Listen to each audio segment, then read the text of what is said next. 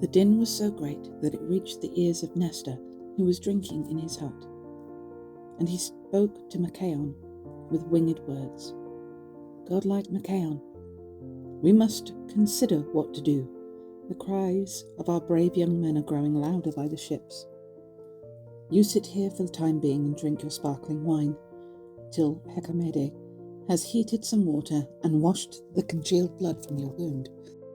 I'll find some place where I can see what is going on. With these words, Nestor picked up a well-made shield of gleaming bronze that was lying in his hut, and belonged to his son, horse-taming Thrasymedes, who was using his father's. He took a strong spear too, with a sharp bronze point, and had no sooner stepped outside his hut than he saw a shocking sight.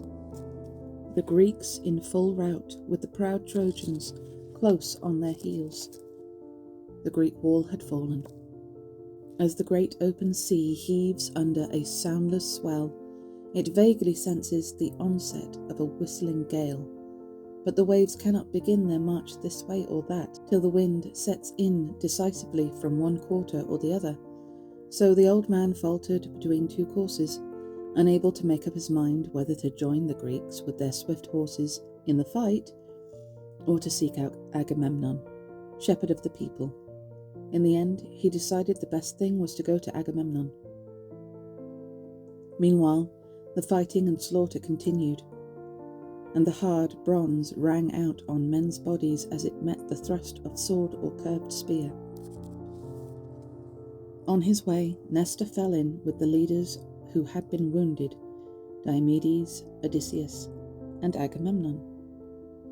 They were coming up from their ships, which were stationed on the shore of the grey sea a long way from the present fighting. The reason was that the first ships to arrive had been hauled up well inland on the plain, and it was by their sterns that the wall had been built.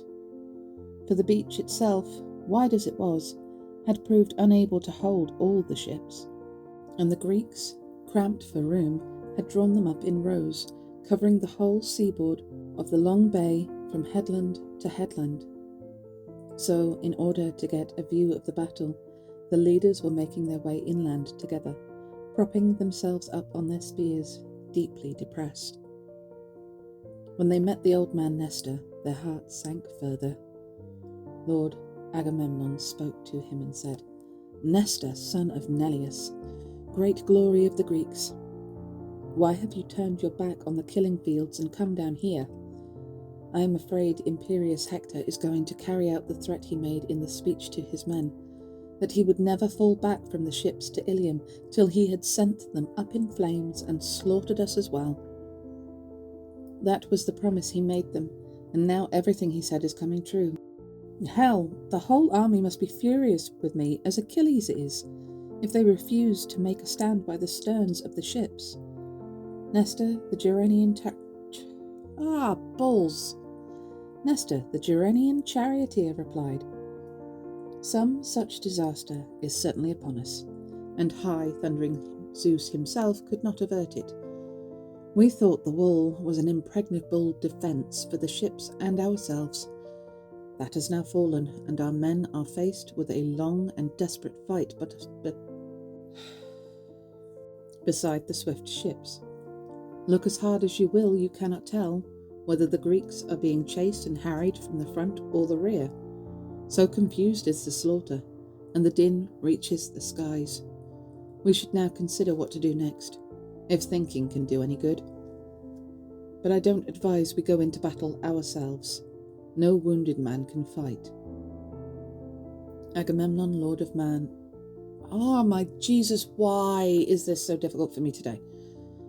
Agamemnon, Lord of Men, replied, Nestor, since the fighting has reached the sterns of the ships, and neither the strong wall nor the ditch that cost the Greeks so much effort has been of any use, though they looked on them as an impregnable defence for the ships and ourselves, then this, I suppose, is how Almighty Zeus must want it to be.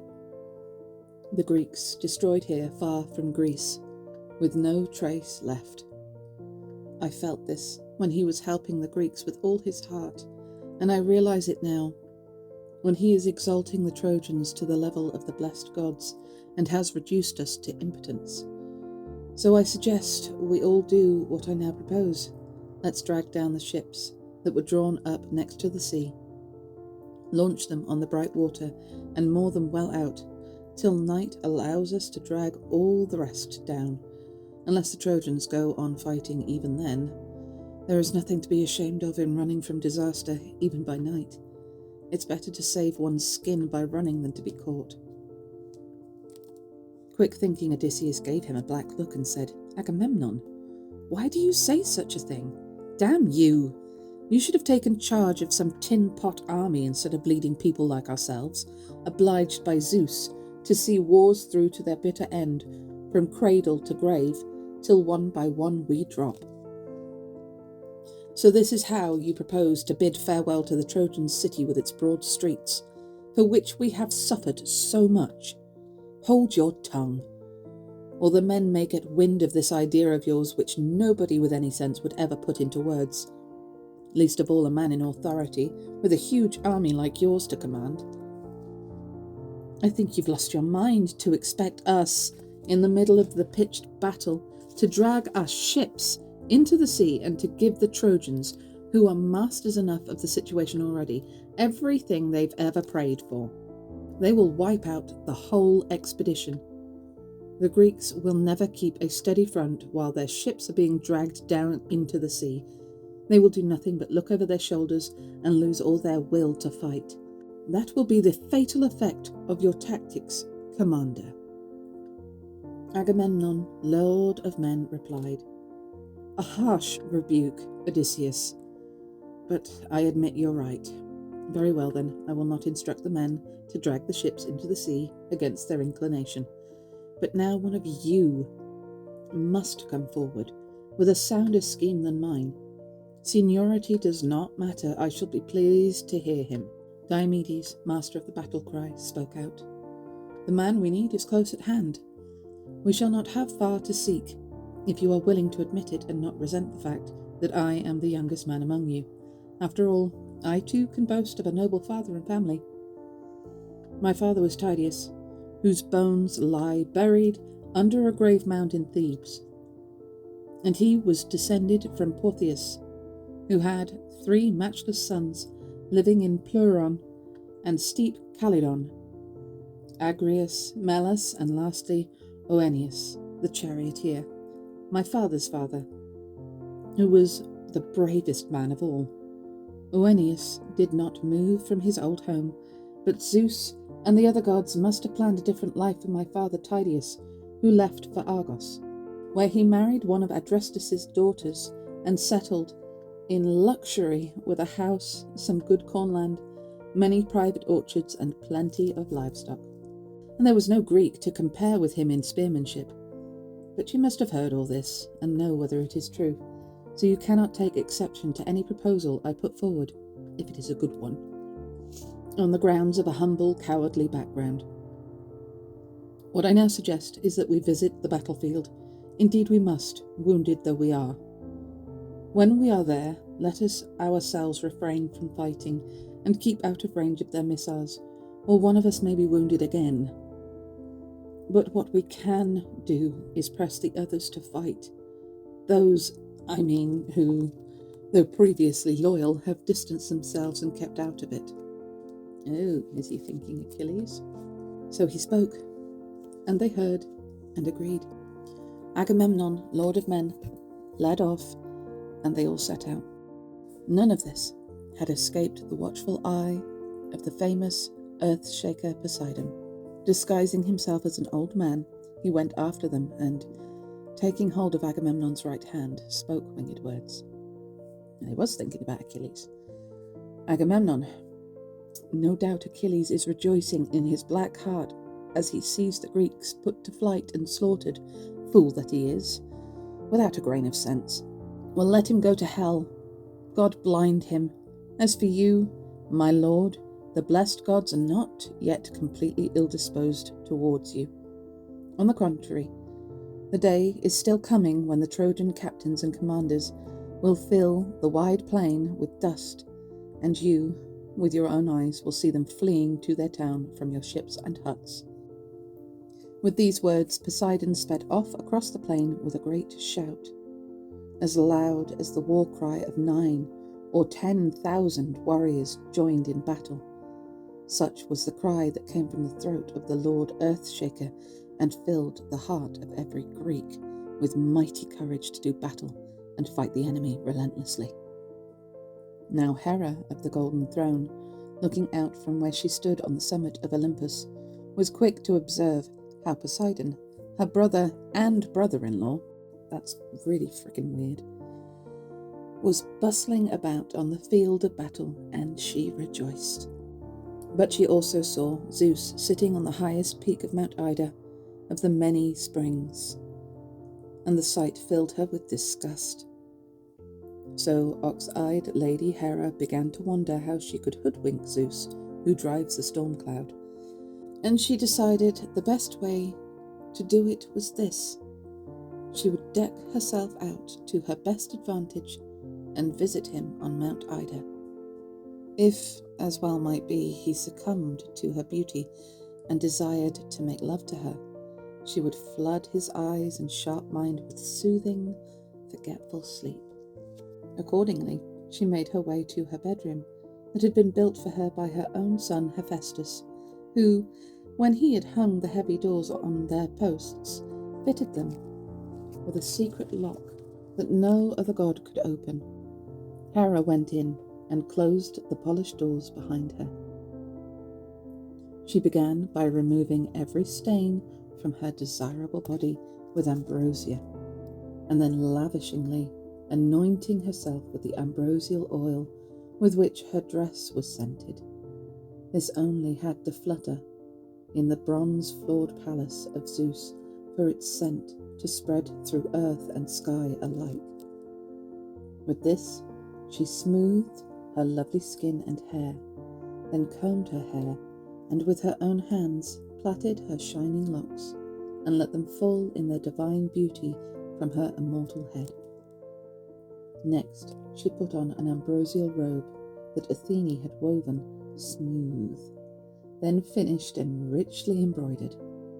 She fastened it across her breast with golden clasps, and at her waist tied a girdle from which 100 tassels hung. In the pierced lobes of her ears she fixed 2 shining earrings, each a thing of brilliant grace with its cluster of 3 drops.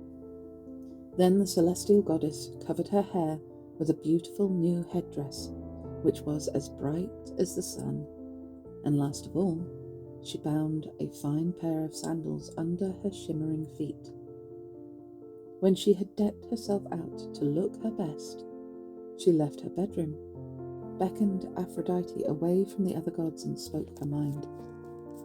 "I wonder, dear child, whether you will do me a favour, or refuse because you are annoyed with me for helping the Greeks, while you were on the Trojans' side." Aphrodite, daughter of Zeus, replied, "Hera, august goddess, daughter of great Cronus, tell me what is in your mind, and I shall gladly do what you ask of me, if I can, and if the task is not impossible." The Lady Hera deceptively replied, "Give me love and desire, the powers by which you yourself subdue gods and men alike.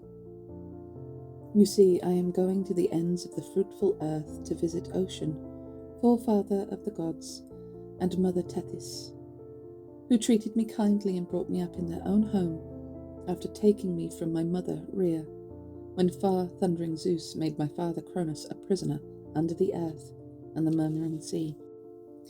I am going to see them and bring their interminable quarrels to an end.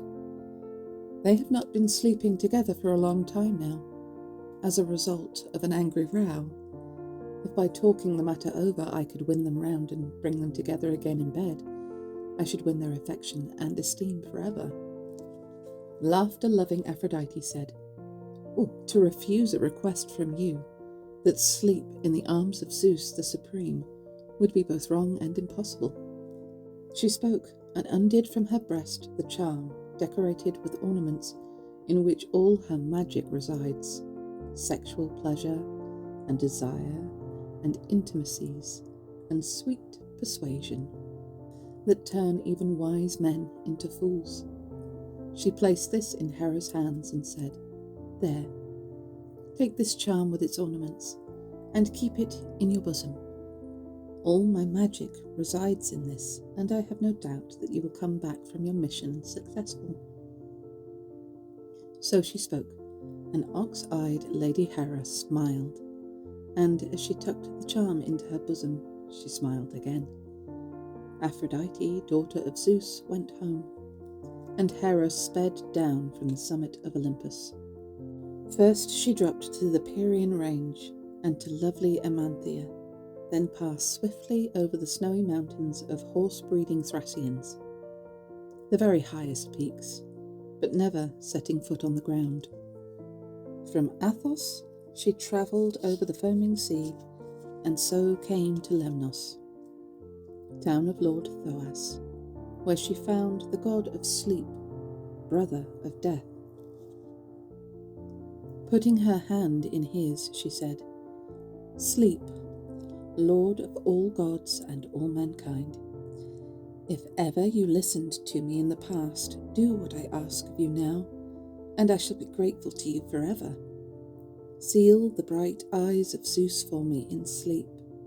Directly I have lain in love with him, and in return I will give you a beautiful chair, imperishable, golden, which the lame god Hephaestus, my own son, will make and finish for you, with a footstool underneath it, on which you could rest your gleaming feet as you dine." Sweet Sleep replied and said, "Hera, august queen, daughter of mighty Cronus, I should think it a small matter to put any of the other eternal gods to sleep, even ocean stream himself, forefather of all. But I dare not go near Zeus, son of Cronus, or send him to sleep, unless he asks me to do so himself. I have learnt my lesson from the task you once set me before, when Heracles, that arrogant son of Zeus, set sail from Ilium after sacking the Trojans' town, and you made up your mind to make trouble for him. I gently lulled Zeus, who drives the storm cloud, to sleep, while you raised a terrible tempest at sea and carried Heracles off to the prosperous island of Kos, far from all his friends. Zeus was enraged when he awoke. He hurled the gods about in his palace and looked for me everywhere as the chief culprit. I would have been thrown from Olympus into the sea and never heard of again if Night, who overpowers gods and men alike, had not rescued me. I found sanctuary with her, and Zeus, for all his fury, had to stop and think twice before doing something that swift Night would not like. And now you come to me once more with another impossible request." Ox-eyed Lady Hera said, "Sleep. Why are you so worried about this?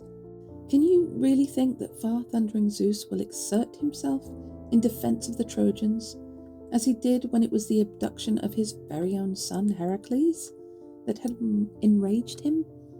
Come, do as I wish, and I will give you one of the younger Graces in marriage. She shall be called your wife." So she spoke, and Sleep was delighted and replied, "Very well, swear to me now by the inviolable waters of Styx, grasping the bountiful earth with one hand and the shimmering sea with the other, so that all the gods who are below with Cronus may be our witnesses, and promise me you will give me one of the younger Graces, Pasithae, whom I have desired all my life." So he spoke, and the goddess white-armed Hera agreed, and gave him her oath in the way he had prescribed, naming all the gods under Tartarus, who were called the Titans. When she had sworn and completed the oath, the two wrapped themselves in mist and set out, leaving the towns of Lemnos and Imbros behind them, and travelling fast. They reached Mount Ida, of the many strings. They reached Mount Ida of the many springs, the mother of wild beasts, by way of a promontory at its foot, Lecton, where they first left the sea and passed over the dry land, causing the treetops to sway beneath their feet. But now, to avoid the eye of Zeus, Sleep came to a halt and climbed up into a tall pine tree, the tallest on Ida, which reached through the mist up into the clear air above. There he perched, hidden by the branches, in the form of a songbird on the mountains, which is called Bronze Throat by the gods and Eagle Owl by men. Meanwhile, Hera rapidly drew near to Gargarus, the highest peak of lofty Ida.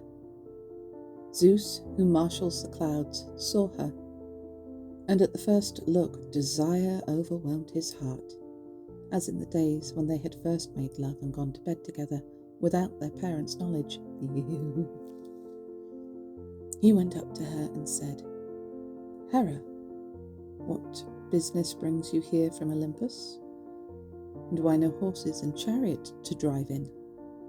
The lady Hera deceptively replied, "Oh, I am going to the ends of the fruitful earth to visit Ocean, forefather of the gods, and Mother Tethys, who treated me kindly and brought me up in their own home.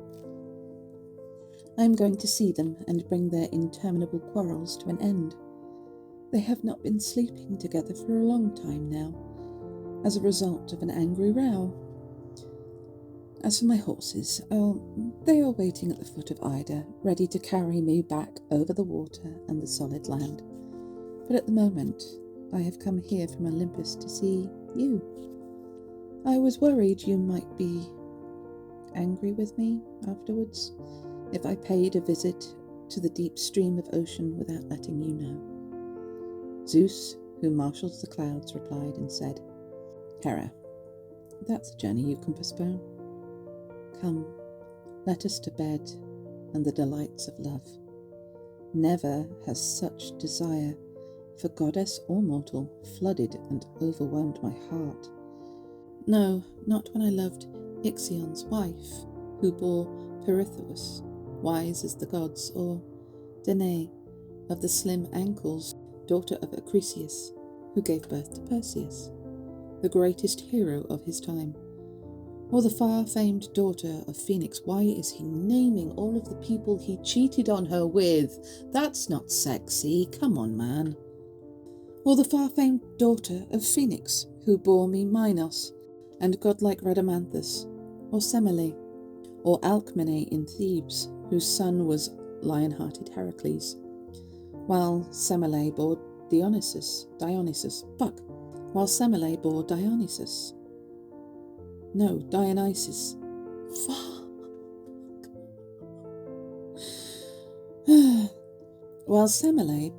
Dionysus, mankind's delight, or Lady Demeter with her lovely hair, or Why? Stop naming exes, you knobhead! Worst brother ever. Or incomparable Leto, or you yourself. Never have I felt such desire for you, or has such sweet longing overwhelmed me." The lady Hera replied deceptively, "Dread son of Cronus, what are you suggesting now? Suppose we do as you wish and make love on the heights of Ida. Everyone will see everything. What will happen if one of the eternal gods saw us sleeping together and ran off to tell the rest? I certainly wouldn't relish the idea of raising straight from such a bed and going back to your palace. Think of the scandal. No, if it really is your pleasure to do this, you have a bedroom that your own son Hephaestus built for you, and the doors he made for it are solid.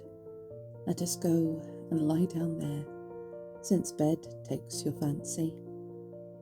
Zeus, who marshals the clouds, replied and said, "Hera, don't be afraid any god or man will see us. I'll hide you in a golden cloud. Even the sun, whose rays provide him with the keenest sight in all the world, will not be able to see you through it." The son of Cronus spoke, and took his wife in his arms, and the divine earth sent up spring flowers beneath them, dewy clover and crocuses, and a soft and crowded bed of hyacinths to lift them off the ground. In this they lay, covered up by a beautiful golden cloud, from which a rain of glistening dewdrops fell, while the father lay peacefully on top of Mount Gargarus, with his arms around his wife, conquered by sleep and love. Sweet sleep flew off to the Greek ships to tell the earth shaker who encircles the world the news. He went up to him and spoke winged words. Poseidon, help the Greeks now with all your heart and give them the upper hand, if only for a short time, while Zeus still slumbers.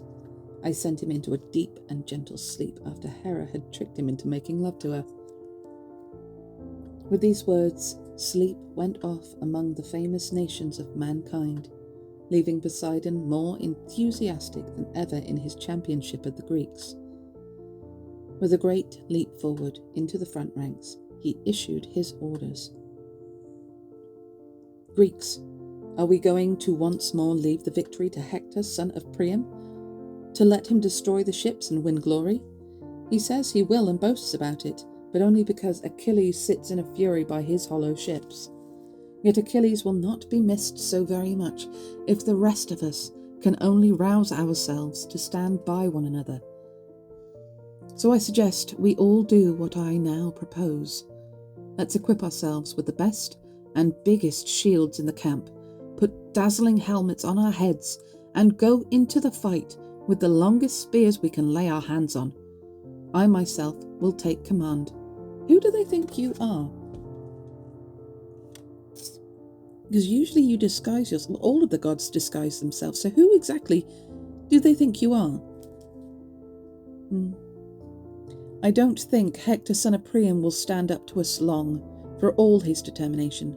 Let every warrior who has proved his worth in battle, but carries a small shield, hand it over to a weaker man, and equip himself with a larger shield. So he spoke, and they heard and agreed. Wounded as they were, the leaders themselves, Diomedes, Odysseus, and Agamemnon, prepared their men for the struggle, visiting the ranks and interchanging their arms, so that the best warriors were now the best equipped, giving their inferior weapons to inferior troops. When all had put on their gleaming bronze, they set out with the earth-shaker Poseidon at their head, carrying his long and fearful... Do they think he's just Poseidon?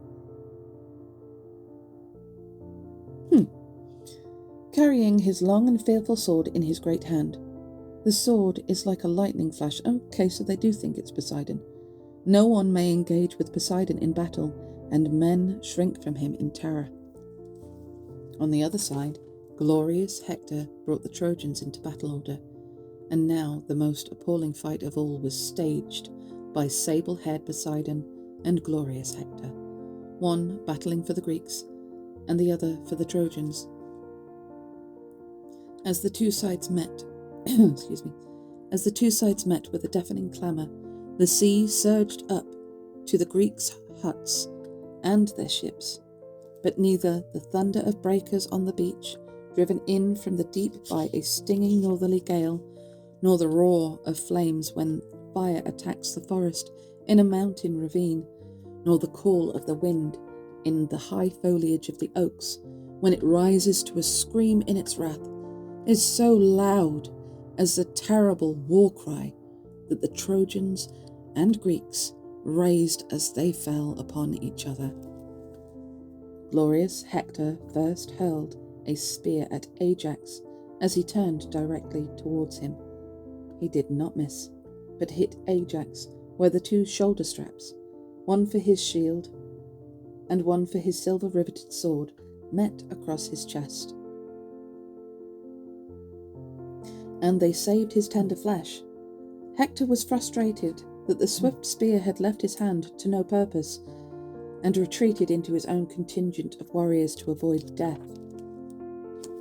As he withdrew, great Ajax, son of Telamon, picked up one of the many boulders that had been used to support the ships, and had rolled along the feet of the combatants, and with this hit Hector on the chest, just below the neck, over the rim of his shield, making him spin like a top and stagger about in all directions. And as an oak is uprooted by a lightning stroke from Father Zeus, it gives off a terrifying reek of sulphur, unnerving all who happened to be near. The violence of great Zeus's bolt is a frightening thing. So Hector, in all his might, was brought down in the dust. His second spear fell from his hand. He crumpled up under his shield and helmet, and the ornamented bronze armour clattered about him. The Greek men-at-arms rushed towards him with triumphant cries, hoping to drag him off, and rained spears on him. But no one had a chance to stab or hit this shepherd of the people. He was surrounded too quickly by the best Trojans, Polydamas, Aeneas, and godlike Agenor, Sarpedon, lord of the Lycians, and matchless Glaucus. And of the rest there was no one that neglected his leader. They all held their rounded shields in front of him. Then, putting their arms underneath him, his comrades lifted him up and carried him out of the fighting to his swift horses, who were waiting for him behind the fighting with their charioteer and his decorated chariot. They carried him off to the town, groaning heavily. But when they reached the ford of the sweetly flowing river, eddying Scamander, whose father is immortal Zeus, Hector's men lifted him from the chariot, laid him on the ground, and poured water over him. Hector recovered and opened his eyes. He got to his knees and coughed up dark blood. Well, I should imagine there's a couple of ribs broken there. Then he sank back once more on the ground, and the world went black as night before his eyes. He had not yet recovered from the blow. When the Greeks saw Hector withdraw, they fell on the Trojans more keenly, their will to fight renewed. First, swift Ajax, son of Oileus, charged with his sharp-pointed spear and stabbed Satnius, whom a flawless nymph had borne with his father Enops, when he was tending his herds on the banks of the river Satniois. The famous spearman Ajax leapt in and stabbed him in the side.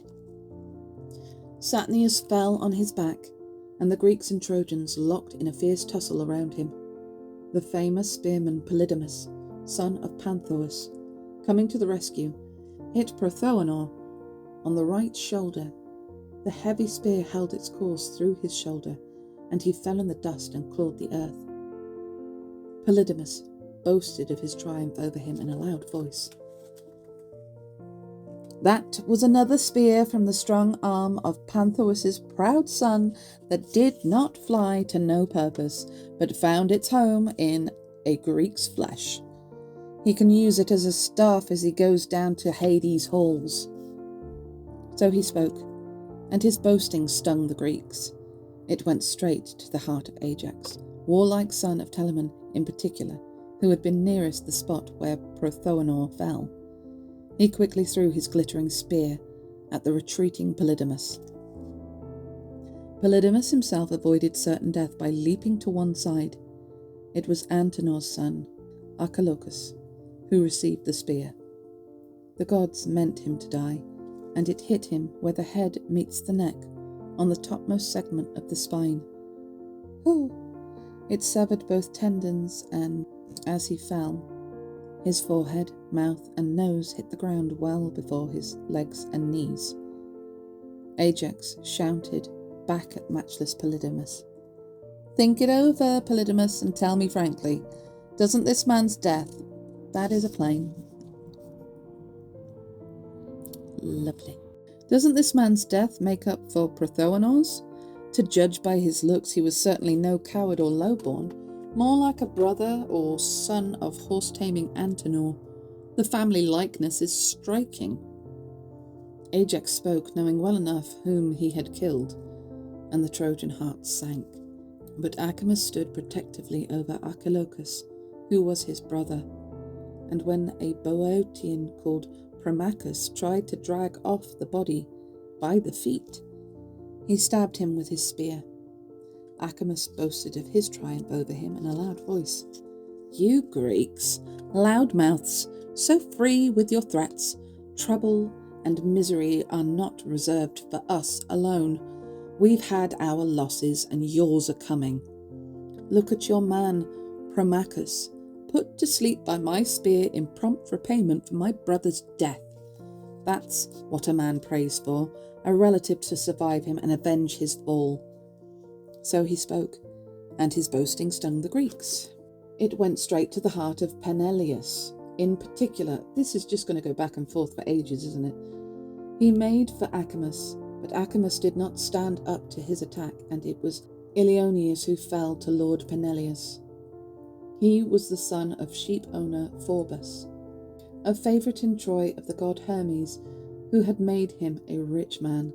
But Ilioneus' mother had given Phorbas no other child, and now Peneleos struck him under the eyebrow in the socket of the eye. The spear dislodged his... Why do they have to keep doing this with eyeballs? The spear dislodged his eyeball, pierced the eye socket, and came out the back of his head. He sank back, stretching out both his hands. But Peneleos, drawing his sharp sword, hit him full on the neck and brought head and helmet tumbling to the ground. The heavy spear was still stuck in the eye as Peneleos raised it aloft like a poppy head for the Trojans to see and spoke in triumph. "That's grim! Trojans, do me a favour and instruct Ilioneus' father and mother to start lamenting him at home. After all, the wife of Promachus, son of Alegonor, will never have the happiness of seeing her husband return when we Greeks sail from Troy." So he spoke, and the knees of all the Trojans trembled, and each man peered around to find some escape from sudden death. "Tell me now, you Muses that have your homes on Olympus, who was the first Greek to take a blood-stained set of armour from the enemy, now that the famous earth-shaker Poseidon had swayed the battle in their favour?"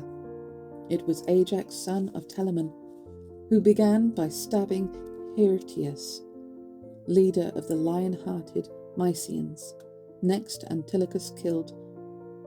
Not you, Alexa.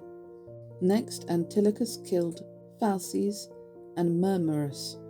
Meriones slew Maurice and Hippotion, and Teucer slew Prothoon and Periphetes. Then Menelaus stabbed Hyperenor, shepherd of the people, in the side. Tearing its way through, the bronze spear let out his innards. His life hurried out through the gaping wound, and darkness engulfed his eyes. But it was to Ajax, swift son of Oileus, that the greatest number fell. For when Zeus started a panic, there was nobody like Ajax for chasing the routed enemy on foot.